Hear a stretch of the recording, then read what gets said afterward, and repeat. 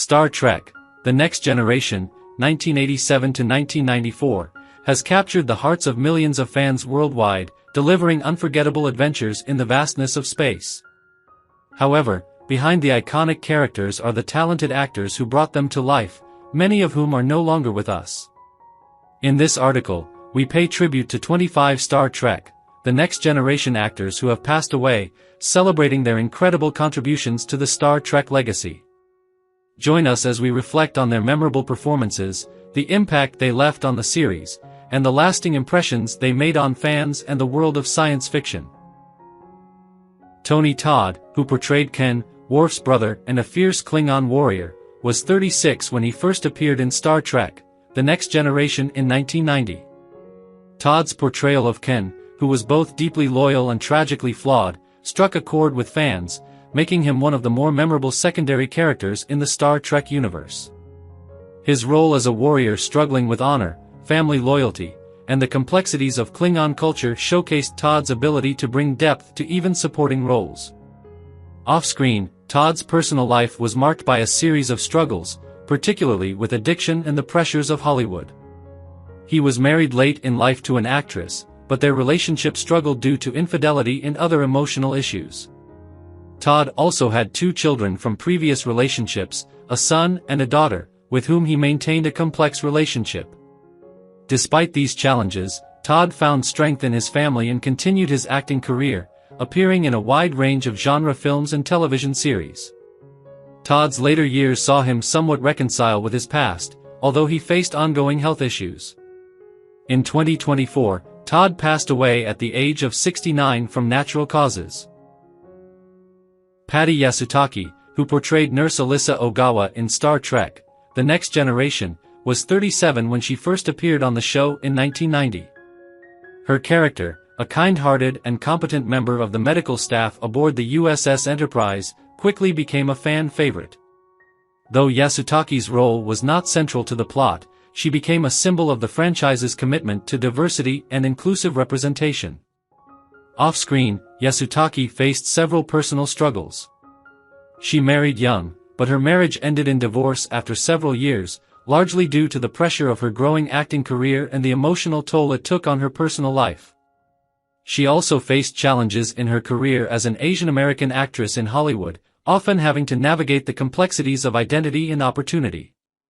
Though she continued to work in television and theater, Yasutake's personal life remained difficult, marked by strained family relationships and health battles. She passed away in 2024 at 70, leaving behind a legacy as one of the more underrated figures in Star Trek. Despite her challenges, she was remembered fondly by fans and colleagues for her warmth and grace, her estate valued at approximately $2 million. Leonard Nimoy, who reprised his iconic role as Spock in Star Trek: The Next Generation in 1991 at the age of 60, brought his unparalleled charisma and depth to the character that had made him a cultural icon. Spock, the half-Vulcan, half-human science officer aboard the USS Enterprise, was a character that combined logic with a deep internal struggle between emotion and reason. Nimoy's portrayal of Spock had captivated audiences since the original Star Trek series, and his return in The Next Generation was a moment of both nostalgia and new exploration of the character. Off-screen, however, Nimoy's personal life was marked by a series of emotional and professional struggles. He had been married twice, first to actress Sandra Zober, with whom he had 2 children, and later to Susan Bay. His first marriage ended in divorce after 32 years, and he often spoke about the toll that his fame had taken on his personal relationships. Despite these challenges, Nimoy remained a beloved figure, not only for his portrayal of Spock but for his work as a director, author, and photographer.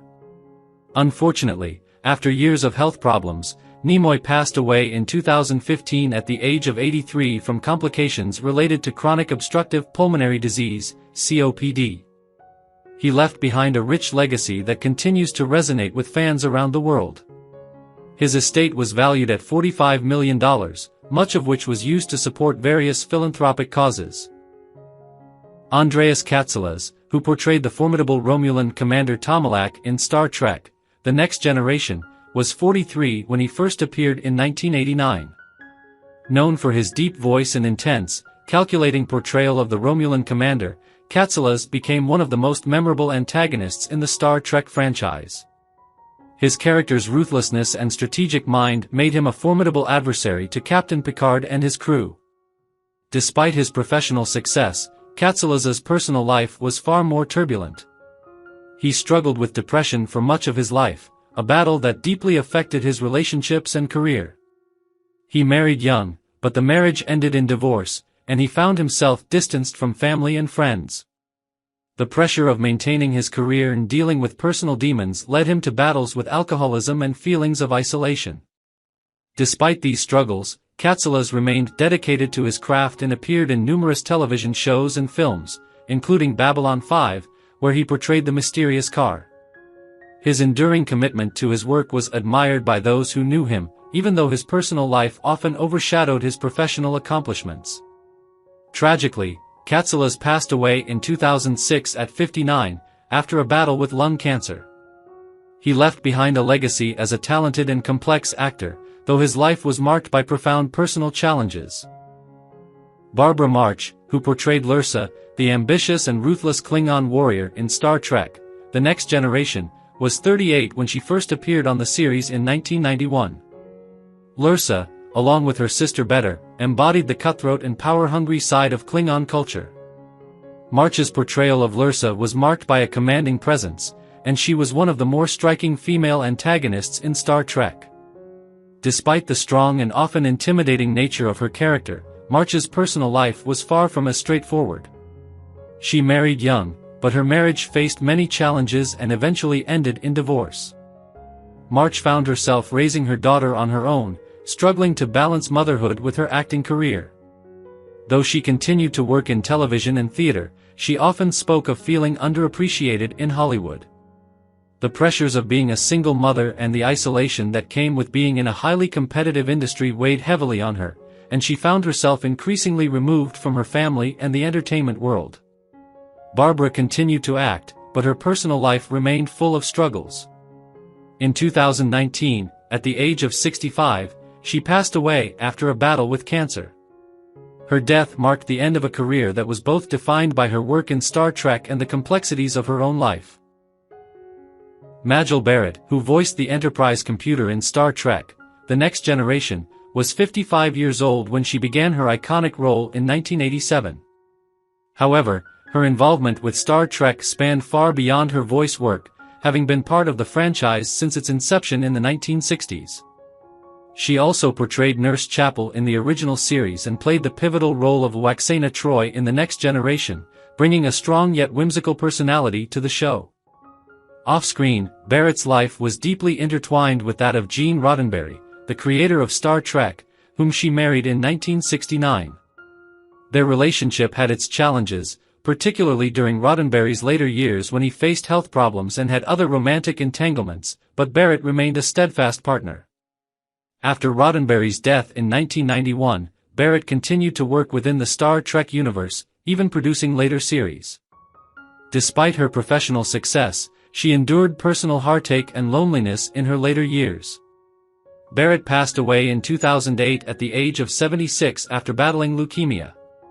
She left behind a legacy as one of the most prominent figures in Star Trek history, with her estate valued at $6 million, part of which she left to charity. Richard Lynch, who portrayed Baron, a ruthless Ferengi pirate in Star Trek: The Next Generation in 1993, was 53 years old when he took on the role.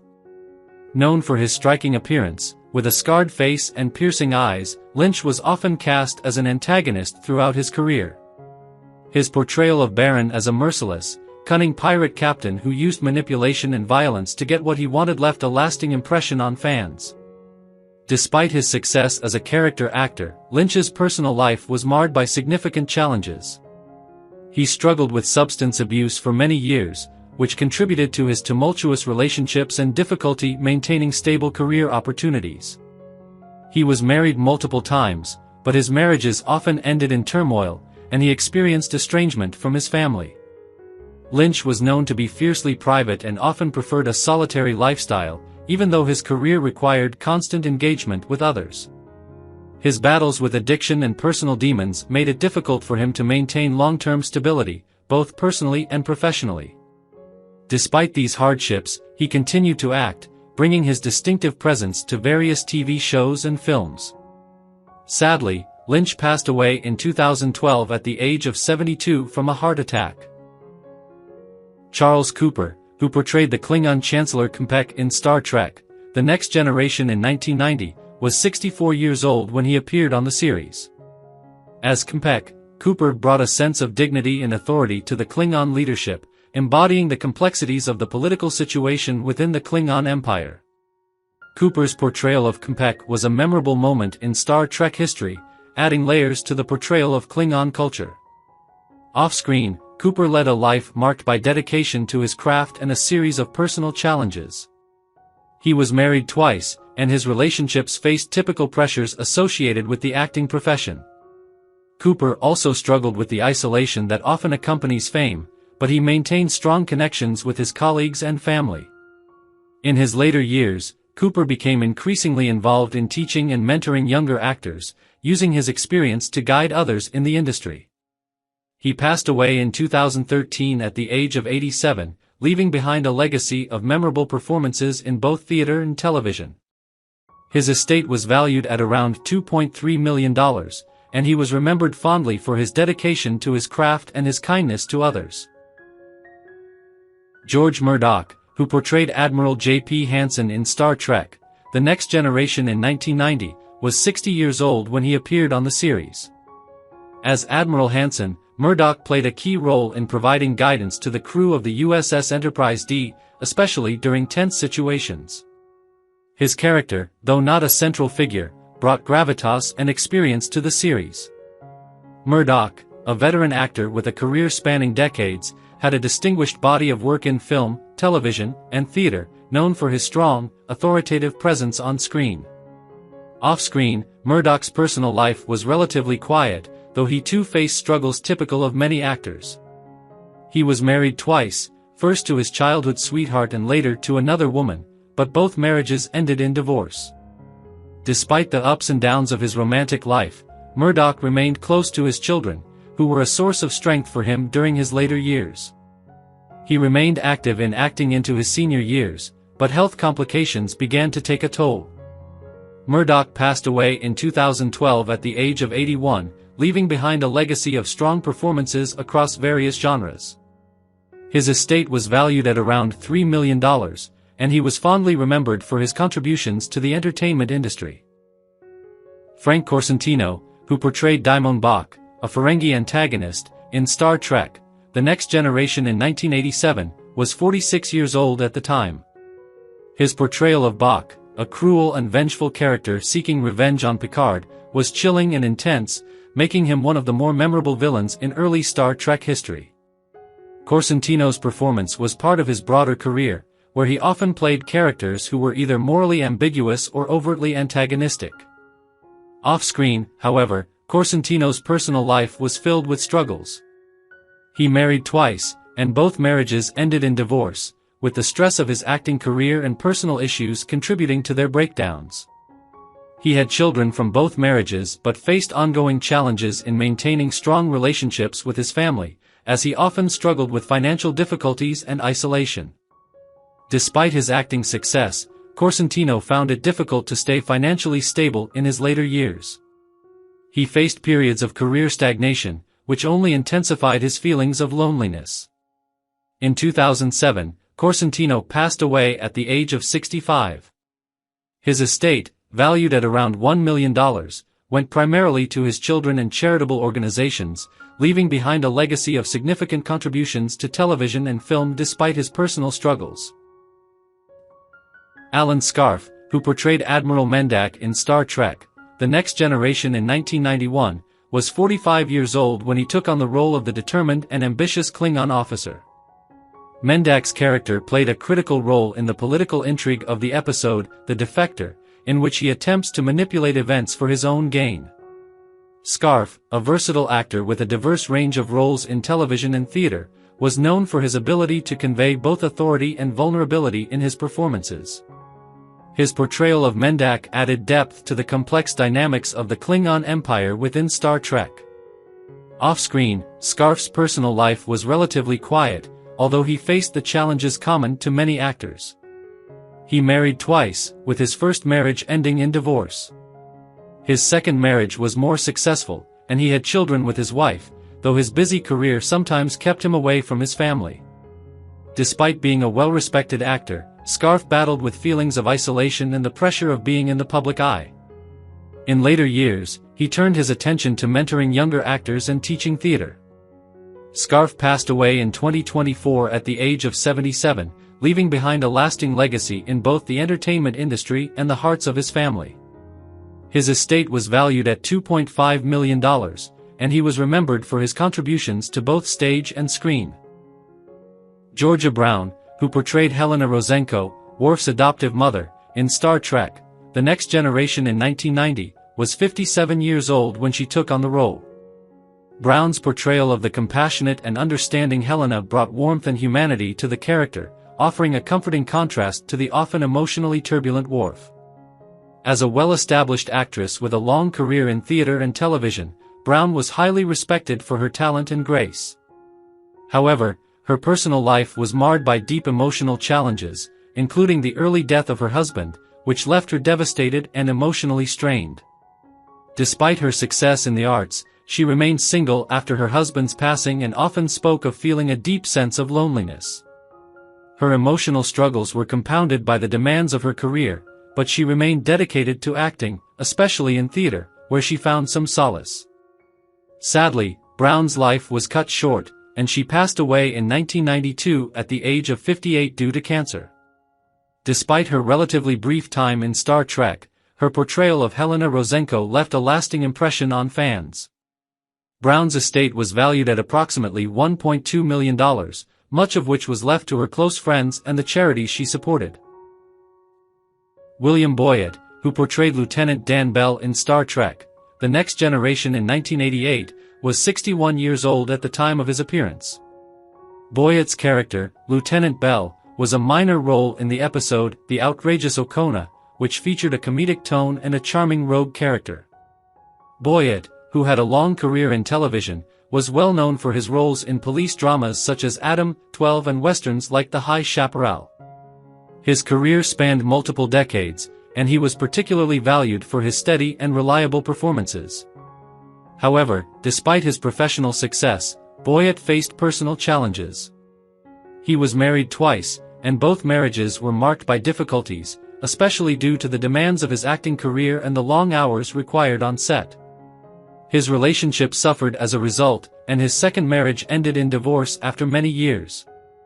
Boyett's personal life was characterized by a degree of isolation in his later years, as he chose to retire from acting and reflect on his life. He lived quietly and focused on spending time with family and friends. Boyett passed away in 2004 at the age of 77 from complications related to cancer.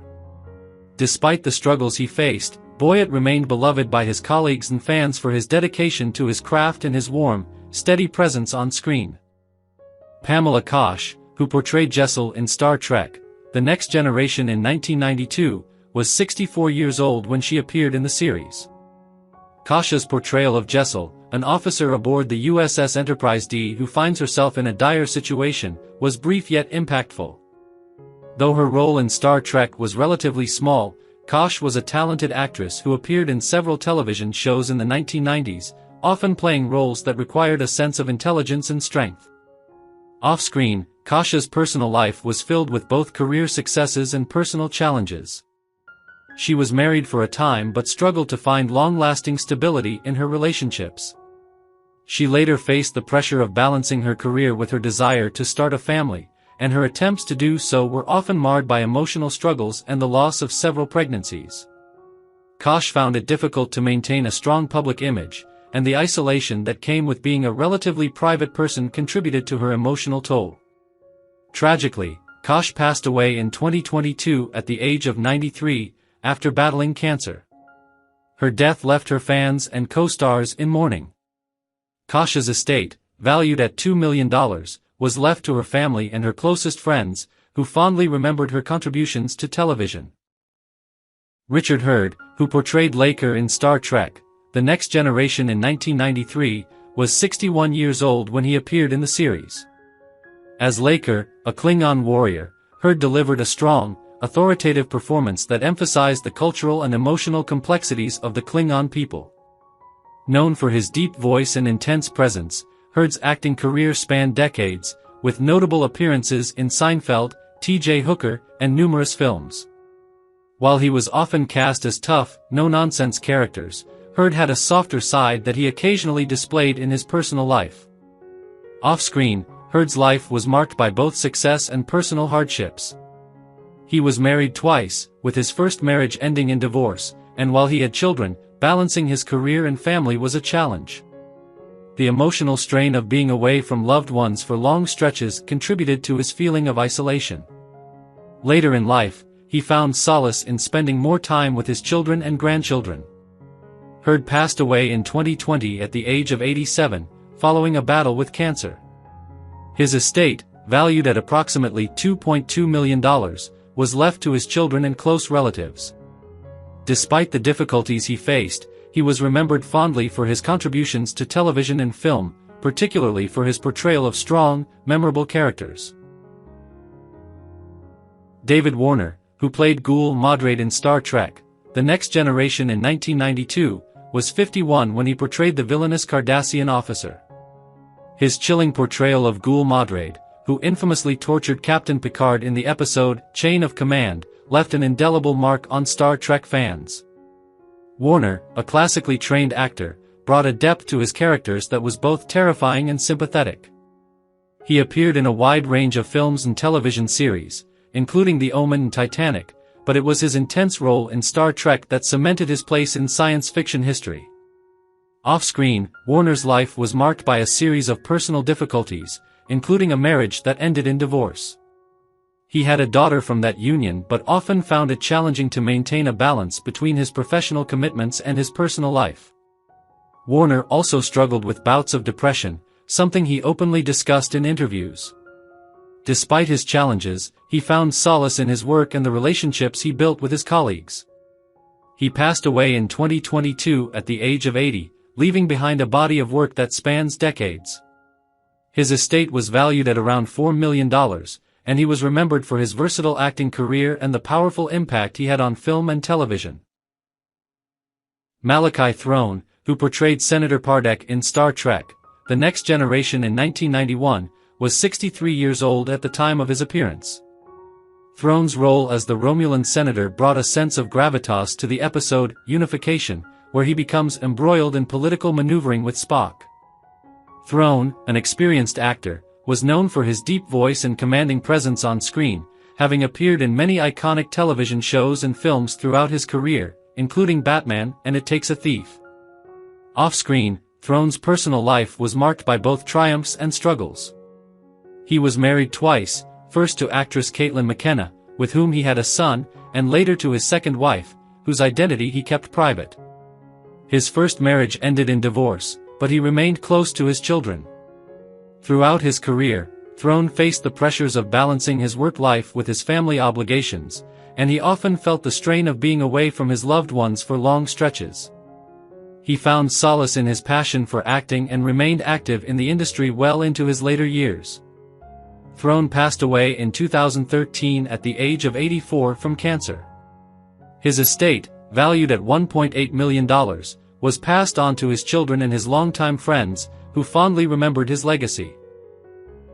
Mike Haggerty, who portrayed Captain Larg in Star Trek: The Next Generation in 1991, was 37 years old when he appeared in the series. Haggerty's role as Captain Larg was a small yet memorable one, showcasing his skill in portraying authority figures with both a sense of command and vulnerability. Haggerty's career spanned multiple decades, with notable roles in Friends and Curb Your Enthusiasm, where he became known for his comedic timing and ability to bring depth to supporting characters. Off-screen, Haggerty's personal life was marked by his quiet, private nature. He was married but did not widely discuss his personal relationships in the public eye. Despite his professional successes, Haggerty faced the pressures of living up to the public's expectations, and his struggle with maintaining a work-life balance was often evident. In his later years, Haggerty enjoyed a resurgence in popularity, appearing in a number of notable television roles. He passed away in 2022 at the age of 67 from natural causes. His estate, estimated at $3 million, was passed to his wife and close family members. Haggerty was remembered for his comedic brilliance and his unique ability to humanize the characters he played, leaving behind a lasting legacy in the entertainment world. Which member of Star Trek, The Next Generation cast was your favorite? Share your thoughts in the comments. While we've had to say farewell to many cherished stars over the years, their unforgettable performances remain alive in our hearts. Their contributions to television and the lasting memories they gave us will always be treasured. If you liked this video, be sure to hit the like button, share it with fellow fans, and subscribe for more content on classic TV legends. Thanks for watching, and see you in the next video.